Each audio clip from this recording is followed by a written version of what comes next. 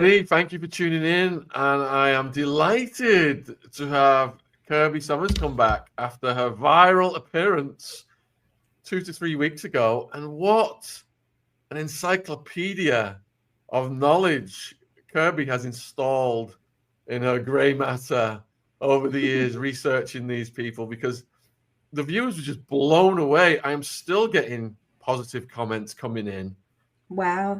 just praising, the scope of what you ranged over. And if you are watching on YouTube, we've got Kirby's website, Twitter, Patreon, YouTube, Substack.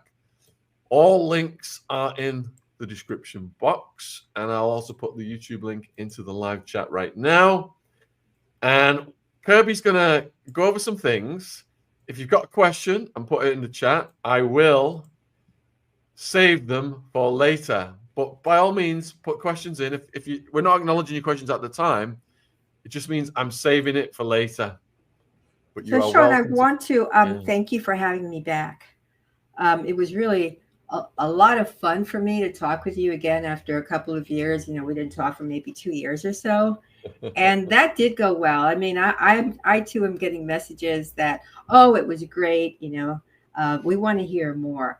So today we are going to discuss Hugh Hefner's connection step by step to Jimmy Savile. However, what I want to say at the outset is that although Hefner had a well-known friendship with Bill Cosby, who is alleged to have abused countless women and, let's say, younger females, and who, by the way, had an apartment just across the street from Jeff on East 71st Street in New York, I'm not going to discuss Cosby here. I want to bring you other information and not simply rehash things that have been disclosed before. But I do want to remind everyone that Hefner's mansions were equipped with audiovisual surveillance, just like the one our friend Leslie Wexner provided to Jeff. It really in both the Florida Palm Beach mansion and in the one in New York City. So that said, are people okay that I'm not going to discuss Cosby? Yes, Okay. it's your prerogative to discuss whatever you like. All right. So some names will be familiar. So, for example, Robert Maxwell is a name that will be familiar with everyone. There are SATANIC threads that link through these people, and that should be familiar to everyone. So Hefner, just his basic information, he was born on April 9th, 1926. He ended his life on September 27, 2017. Now, at the time, he had an E. coli infection, and he was given antibiotics, and he was in good health. Although he was 91, he was in good health. He was okay. He was sick for 6 days and he died. Now, at the time that he died in 2017, it was believed, and that stuff is no longer available, but it was believed that he had been unalived by a group of powerful PDF files in Hollywood, and that he was coming under investigation again for allegations that had been made by a girl who had been 5 at the time, that she alleged in a lawsuit that he had done something to her. So we will be talking about that lawsuit as we move through this. However, if you look at information today about his death, the information says natural causes. But there's really interesting stuff about Hefner that I think people should know. He is a Mayflower descendant by way of his father, Glenn Lucius Hefner, and he's related to the very first governor of Plymouth, William Bradford. And this man served as the governor 30 times. Each term, however, during those days was 1 year. But 30 years being the governor of Plymouth, I thought that was outstanding. However, there are other very interesting ancestors of Bradford, and therefore there also related to our friend Hefner. And these include the Baldwin brothers, Alec, Daniel, William, who we know as Billy, and Stephen Baldwin. And of course, who does Stephen tell us? He has a daughter whose name is Haley, who is married to Justin Bieber. And by the way, Bieber was a regular at Hefner's mansion. The first time he went, he was accompanied by his father. However, even when he was dating Selena Gomez, who was 18 when he was 16, he would go to the mansion. He had an open invitation to be with Hef, whether or not there was a party, and he would go. Now, this is clearly not a good place for a young teenage boy to be, because Hef was fond of unusual activities, and I'm going to try to like tiptoe around this with, let's say, things that would normally be our pets. I know. I see that look of you didn't know that? Yeah, these guys are into that, and they force the people to do that. And I am sure that this too is part of the Combs case. Yeah, it's okay. So other people, and I'm going to keep talking about his relatives because they're interesting. Other people who frequented the mansion at the time that Bieber was like partying there when he was a little boy, Leonardo DiCaprio. He was another regular, and he is said to have hooked up with Rihanna at the mansion in front of everyone. Okay, I'm going to move on. Eminem. Oh, doesn't he remind us of our last conversation, who was, of course, with Interscope? Now, another person, an interesting woman, Julia Child, who worked for the OSS. You know that she worked for the OSS, right? Julia Child, you didn't know that? Oh, you are so funny today. Okay, well, we're here to learn. Okay, well, I'm here to help you learn. So, like, Julia Child was born to a well-to-do family. She was very tall. She was 6'2". She was too tall for the Army, and she was too tall for the Navy. So she's like, okay, well, I'll go to the OSS. And she didn't know how to cook. I mean, her family was wealthy. They had cooks. She had no reason to have learned to cook.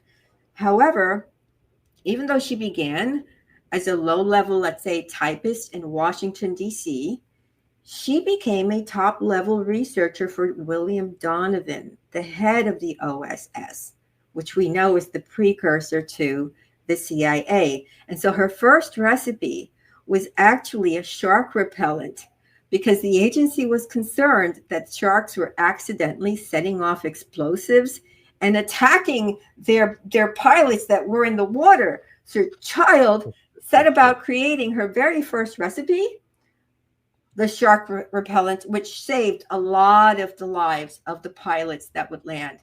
So anyway, the other thing that I thought was interesting is that although she met her husband in the OSS and they were married and appeared to be very happily married, there were allegations, even on his Wikipedia page, that he was in fact attracted to the same, let's say, other men, and that so Julia may just be one of our beard wives. And we're going to meet another beard wife that was connected to our friend Jeff as we move along. Now, other people who are related to Hefner by way of this ancestor who came over on the Mayflower: George Eastman, the founder of Eastman Kodak Company; Clint Eastwood; Sally Field; Christopher Reeve, who played Superman in the movies; John Lithgow, the actor; and Benjamin Spock, who wrote books on childcare. Any of these surprise you? Or, I mean, there's more. This is a short list. But if I read the whole thing, it just would take too long. What do you think about these people? Everybody's absolutely fascinated in the chat right now by this. Oh, that's good to hear. So it doesn't end there, because prior to the 2004 U.S. election, it was revealed that he was a distant relative of the two top-level presidential candidates, which at the time were George W. Bush and Senator John Kerry. Now, there are photos people can pull up still today of Carey, who is also a member of the Forbes family. So his full name is John Forbes Carey, at Jeff's house with, and I'm going to use the term Filipino housekeepers only because I want to say something about the Philippines. And with the housekeepers Jojo and Junlin Fontanilla. Now, of interest, Junlin died of mysterious causes in 2016. And one of Jeff's victims, Jennifer Arroz, named Fontanilla as one of her recruiters, which I thought was interesting. I could see her being named as an accomplice, a co-conspirator, but I didn't think that his housekeepers would recruit. Now, I read the article 3 times. I'm familiar with the Arroz name, but she passed away in 2016. Other people photographed with this couple who were with him for 20 years include clearly Bill Clinton, Hilary Swank, Chris Tucker, who is also connected to our friend, right, Diddy, Prince Andrew, as well as his ex-wife, Sarah. And so just a quick thing about John Forbes Carey. Under Obama, he served as the 68th United States Secretary of State. Now, regarding the Philippines, and the only reason I explained that they too were from the Philippines, is that Adnan Khashoggi, Robert Maxwell, Leslie Wexner, even Rafi Eitan, the Mossad spy, had help from the Philippines. And there's a reason for that. It is because the CIA, from its inception, has as its main headquarters for Southeast Asia, it's in the Philippines, and it remained an important asset to the agency, okay? Now, if we look at the Bush and Kerry connections, it takes us to Yale, right? As well as the infamous Skull and Bones Secret Society, and of course, to CIA.